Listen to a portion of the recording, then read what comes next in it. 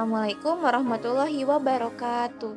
Allahumma sholli ala sayyidina Muhammad. Halo, perkenalkan namaku Kela Aulia Rosya dengan NIM 12470100036.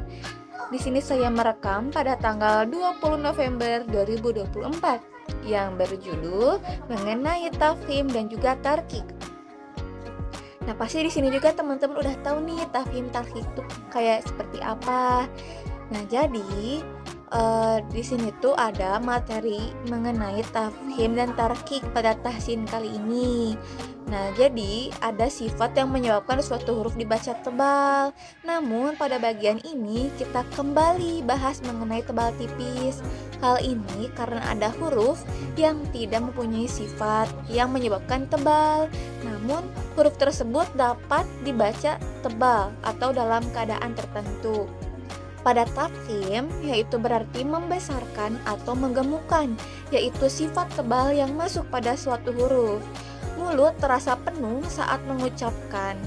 Penebalan huruf ini dapat dilakukan dengan menaikkan pangkal lidah atau seluruh permukaan. Jadi kayak si lidahnya itu bisa nempel ke pangkalnya dan juga bisa seluruhnya. Cara lain untuk menerapkan lafalnya juga ini tuh bisa aja sesuai dengan diajarkan oleh Syekh Hanofa Maulana.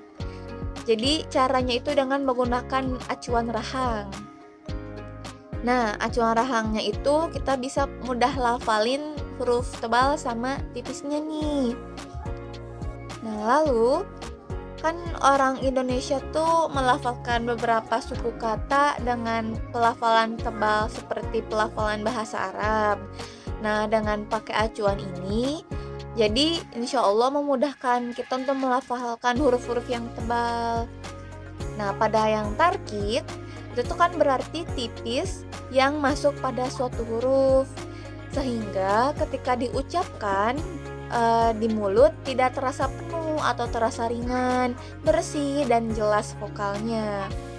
Nah, pelafalan ini juga tidak jadi masalah untuk kita sebagai orang di Indonesia ya, karena kata-kata dalam bahasa Indonesia dilafalkan dengan lafal tipis.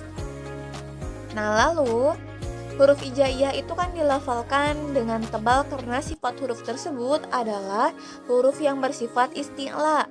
Semua huruf isti'la itu dilafalkan tafkhim atau tebal. Nah, sedangkan kalau huruf yang isti'la itu kan dilafalkan tarkik kecuali memenuhi beberapa keadaan. Apa sih huruf-huruf hijaiyah yang dilafalkan tebal? Nah, itu ada dalam beberapa keadaan, yaitu ada huruf lam sama ro dan juga guna. Nah, di sini nanti aku bakal kasih tabel yang tafkhim sama tarkik.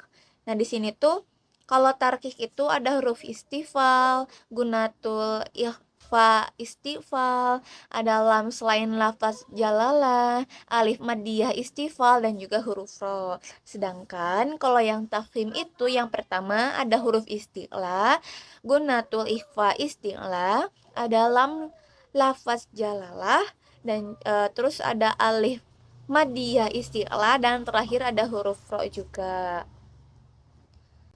Nah, setelah itu bagaimana sih cara lafal Allah yang didahului oleh kasroh? Nah, jadi silamnya itu dibaca tipis. Cara bacanya tuh seperti ini. Yang pertama, menyempurnakan makhraj lam dan sifatnya, yaitu di lidah bagian depan. Bagian depannya menyentuh langit-langit dan bersifat inhirof serta naikkan pangkal lidah ke atas sehingga pelafalan huruf lam memenuhi mulut. Nanti aku bakal kasih contoh ilustrasinya juga. Nah, jadi kalau untuk pelafalan lam secara tarkik atau tipis, untuk lafaz Allah apabila didahului huruf berharokat kasroh. Nah, ini ada contohnya nih yang tarkik. Yang pertama ada bismillah, alhamdulillah, min dunillah, kaifa takfuruna billah. Nah, sedangkan yang tafkhim itu contohnya yang pertama ada kul huwallahu ahad. Yang kedua, khotamallah. Yang ketiga, walau Allah. Yang keempat ada innallaha. Nah, jadi seperti itu teman-teman untuk tafkhim dan juga tarkik. Nah, semoga teman-teman bisa nambah eh, pemahaman juga nih dan bisa menjadi lebih tahu lagi tafkhim dan tarkik itu seperti apa. Nah, cukup sekian dari aku. Alhamdulillah, semoga Allah memfasilkan kita dalam melafalkan huruf-huruf Al-Quran dan menjadikan kita ahlul Quran. Amin. Demikian yang dapat saya sampaikan. Terima kasih. Wassalamualaikum warahmatullahi wabarakatuh.